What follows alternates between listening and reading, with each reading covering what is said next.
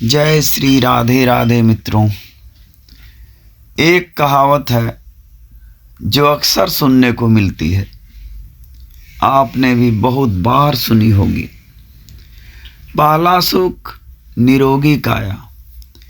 इसके अलावा ये भी कहा जाता है कि सातों सुख हर किसी को नहीं मिलते। तो क्या है ये सात सुख? पहला सुख तो निरोगी काया है। फिर बाकी के 6 कौन से सुख हैं जिनकी मुझे जानकारी है, आज आपसे साझा कर रहा हूं कि आखिर ये 7 सुख हैं क्या। पहला तो आप जानते ही हैं कि निरोगी काया यानी स्वस्थ शरीर। अगर शरीर स्वस्थ ना हो तो दुनिया का हर सुख बेमजा हो जाता है। जुकाम भी लग जाए तो पोंछते पोंछते कई बार आदमी की नाक छिल जाती है। छींकें, खांसी और बंद नाक पीड़ित व्यक्ति का हाल बेहाल कर देता है। ऐसे में अगर कहीं कोई उत्सव भी मनाया जा रहा है तो वो व्यक्ति उसका उतना आनंद नहीं ले पाएगा जितना कि दूसरे लोग। दुर्भाग्यवश यदि कोई और बड़ी बीमारी शरीर में घर कर जाए तो चिकित्सक 1000 तरह की बंदिशें उस पर थोप देता है। मीठा मत खाना, तले हुए भोजन से परहेज करना, लंबी दूरी की यात्रा ना करें, नाचना कूदना आपके लिए घातक हो सकता है, मेहनत या थका देने वाला काम ना करें, इत्यादि इत्यादि। अब वो व्यक्ति ताउम्र इन परहेजों की हथकड़ी पहने अन्य लोगों को देख देख कर मन ही मन घुटने के अलावा और कर भी क्या सकता है।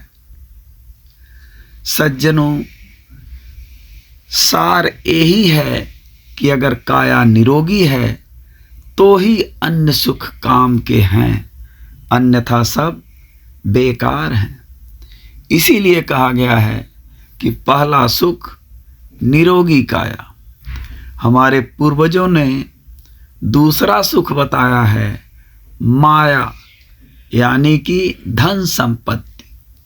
पास में धन संपत्ति हो और पहला सुख भरपूर हो तो जीवन काफी आनंदमय हो जाता है। और तीसरा सुख है गुणवान संस्कारी जीवन साथी। और चौथा सुख बताया गया है आज्ञाकारी संतान। यदि पत्नी समझदार है, अच्छे संस्कारों और गुणों से सुसज्जित है तो व्यक्ति के लिए घर स्वर्ग समान हो जाता है और सोने पे सुहागा हो जाता है जब संतान भी आज्ञाकारी हो। वो आदमी तो धन्य हो जाता है जिसको उपरोक्त चारों सुख मिल जाए। लेकिन बात 7 सुखों की चल रही है। देखा जाए तो ऊपर लिखे 4 सुख भी बिरलों को ही प्राप्त हो पाते हैं। कोई स्वस्थ तो है पर पैसों की तंगी है। ये दोनों हैं तो पत्नी का स्वभाव थोड़ा कड़वा है या संतान निरंकुश है। किसी भाग्यशाली के पास ये चारों सुख हैं तो बाकी 3 और भी तो हैं। बुजुर्गों ने बताया है तो निश्चित ही उनकी बात में दम होगा ही। जैसे 5वें सुख को ही ले लीजिए, बहुत से लोग इस सुख से वंचित रह जाते हैं। 5वां सुख बताया गया है स्वदेश में निवास। यहाँ स्वदेश का मेरे विचार से ये अर्थ है कि स्वदेश यानी वो स्थान जहाँ हमारे पुरखे रहते हैं, जहाँ हमारे परिवार के सदस्य रहते हैं, जहाँ हम पले बढ़े हैं, हमारी भाषा बोलने वाले, हमारे जैसे ही संस्कारों और विचारों वाले लोग जहाँ हैं, वो भूमि, ना कि पूरे देश में कहीं भी। विदेश तो खैर विदेश ही है। पहला सुख जिनके पास भरपूर होता है, वो दूसरे सुख के लिए पांचवा सुख त्याग देता है। जीविकोपार्जन के लिए जरूरी भी है। धनोपार्जन होगा तभी तो दूसरा सुख मिलेगा। अब आता है छठा सुख। छठे सुख में बताया गया है कि आदमी राज करे, उसके पास राज के जैसी शक्तियां हों, जो आज के समय में शायद ही किसी के पास हैं। कुछ एक अपवाद हो सकते हैं, परंतु बहुतायत में हर किसी ना किसी के तहत ही है। ताकतवर से ताकतवर आदमी भी किसी और की ताकत से ताकतवर बना हुआ है। अब बचा सातवां।